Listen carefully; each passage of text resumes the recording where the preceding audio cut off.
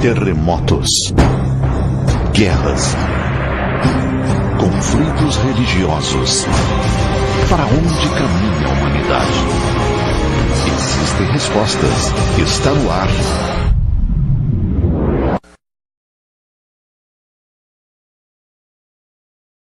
Eu conheci Jesus em dezembro de 92. Vai fazer 17 anos agora em dezembro que nós tivemos o primeiro encontro com Deus. Por sinal, minha esposa teve esse encontro aqui na BI, né? Ela esteve aqui na BI numa reunião evangélica e me ligou na mesma noite me convidando para a igreja, e a gente conheceu Jesus praticamente no mesmo dia. Então isso aconteceu há 17 anos.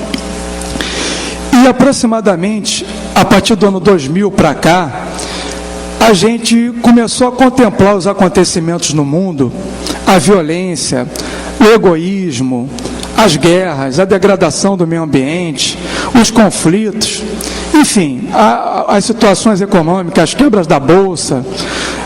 De 2000 para cá tiveram muitos outros problemas sem ser esse agora que teve em 2007.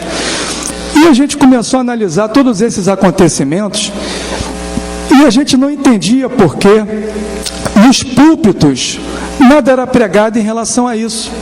Ninguém comentava nada.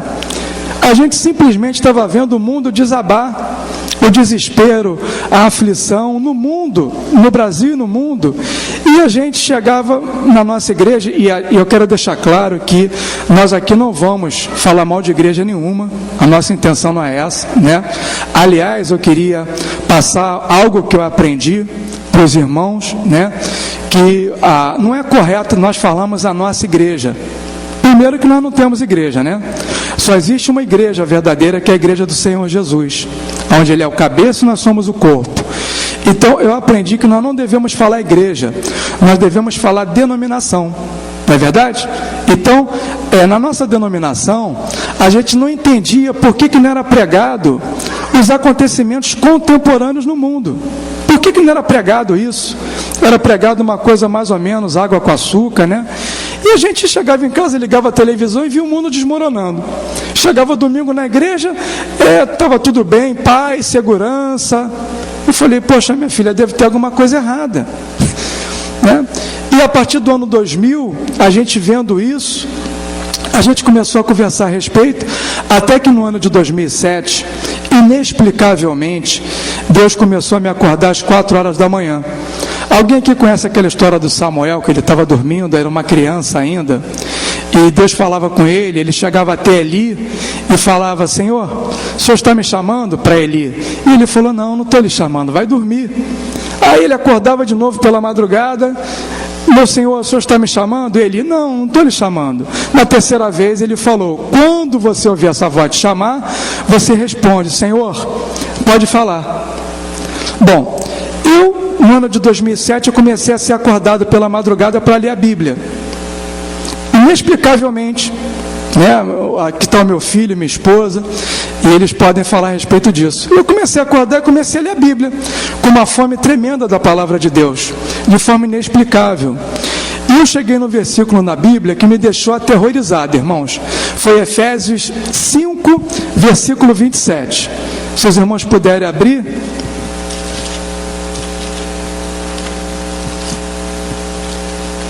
Deixa eu ver se eu consigo ler sem o óculos. Não vou conseguir ler. Eu já tinha lido centenas de vezes essa passagem na Bíblia, mas essa passagem era como outra qualquer. Porém, nesse ano que eu acordei para ler a Bíblia todos os dias, pela madrugada, eu li o seguinte: para apresentar a si mesmo igreja gloriosa, sem mácula, nem ruga, nem coisa semelhante, porém santa e sem defeito. Quando eu li isso aqui, eu me olhei no espelho, irmão, e olhei para a minha congregação, eu falei, pelo amor de Deus, o que está acontecendo? Aqui diz que Jesus está vindo para pegar uma igreja sem mácula, uma igreja sem ruga, nem coisa semelhante. Eu vi que a minha vida não era assim. eu vi que a vida das pessoas na minha igreja não era assim.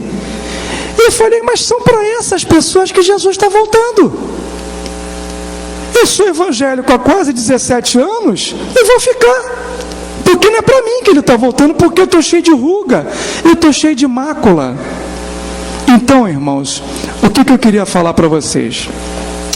Esses temas que vão ser apresentados hoje, durante 17 anos, eu sabia desses temas. Por exemplo, o pastor Lucas vai apresentar Apocalipse 17. Quem é a besta? De onde ela vem? Desde o primeiro dia que eu entrei na igreja, eu ouço falar disso. Mas ninguém nunca me falou quem é. E eu falei, nossa, mas por que Deus não revela para esses homens que são os líderes da igreja quem é a besta? Ou de onde ela vem? O segundo tema que vai ser apresentado pelo pastor Jefferson vai falar da guerra que a besta vai fazer contra os santos de Deus. A perseguição. E eu pensei, nossa, mas se vai ter perseguição, por que a minha igreja diz que eu vou ser arrebatado? Tem alguma coisa errada. Porque aqui em Apocalipse 12 diz que Satanás, o dragão, vai fazer guerra contra os santos. Se vai fazer guerra contra os santos, a igreja vai estar aqui. E eu comecei a ficar mais preocupado ainda, porque não tinha resposta para isso. E o terceiro tema, que vai ser os detalhes de quem é a besta, quem é o falso profeta, que o Apocalipse fala, o que é finalmente a marca da besta. A imagem da besta, eu me lembro que quando entrei na igreja, tinha um filme chamado Um Ladrão na Noite. Quem é que já assistiu aqui? Isso é bem antigo, né? Era um ladrão na noite, depois vinha a marca da besta, a imagem da besta e a agonia do planeta. Era uma série. E nem o filme, nem o pregador me falava o que era a besta ou a imagem da besta. E, continuando ali a Bíblia, eu estava lá em Efésios 5:27, para finalizar, eu cheguei em 1 Tessalonicenses 5:4. Eu escutava na minha igreja as pregações aonde se dizia que Jesus viria como ladrão na noite. Também está em Pedro que Jesus virá como ladrão na noite. E eu aceitava, né? Não, tudo bem, Jesus vem como ladrão na noite, vem de repente, as pessoas não estão esperando. Não, amém, tudo bem. Só que eu cheguei no ponto de ler essa passagem de 1 Tessalonicenses 5, versículo 4. E Paulo diz: mas vós, irmãos, não estáis em trevas, para que esse dia como ladrão... Que dia é esse?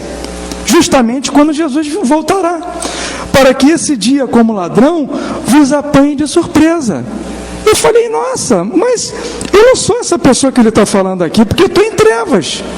Porque esse dia vai me pegar de surpresa, porque eu não faço a menor ideia de quando que Jesus vai voltar. Eu estou vendo que muitas coisas acontecem no mundo, mas eu não faço a menor ideia. E quando eu comecei a ler o capítulo 5, eu vi o retrato da minha igreja. Porque está escrito, irmãos, relativamente aos tempos e às épocas, não há necessidade que eu vos escreva. Irmãos, olha para mim. Olha para mim.